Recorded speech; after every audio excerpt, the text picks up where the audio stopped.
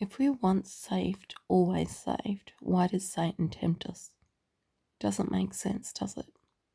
The scripture says that if we sin willfully, there's no longer a sacrifice for sins. The truth is that we are being saved, that salvation is a process, and that we are hoping and striving to be saved to the utmost.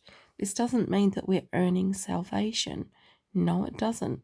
It means that we are learning to yield to the will of God and to His Spirit so that He can make us righteous until we are truly walking after Him, after the Spirit, not after our own flesh and not after the whims and desires that Satan gives us.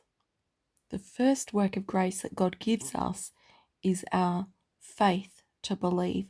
And there is a second work of grace that God cannot give us until He has tried and tested us to know that we will walk in His righteousness and not the righteousness of man.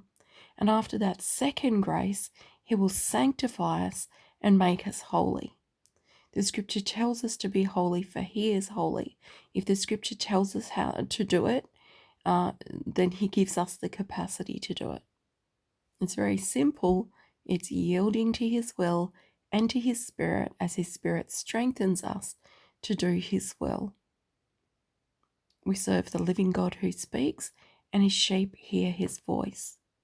Satan tempts us because before we become holy, he wants to take every opportunity he can to knock us off that path. Stop listening to people who water down the word. Recognize that we have been taught a truncated gospel.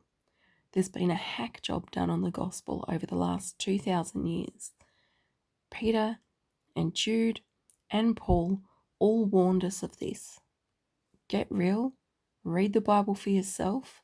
Don't trust the person at the pulpit, but keep them accountable in your mind and heart by seeking the Lord and reading the word for yourself and seeking the will of God, hungering for truth and righteousness, and the Lord will fill you. Bless you, brothers and sisters.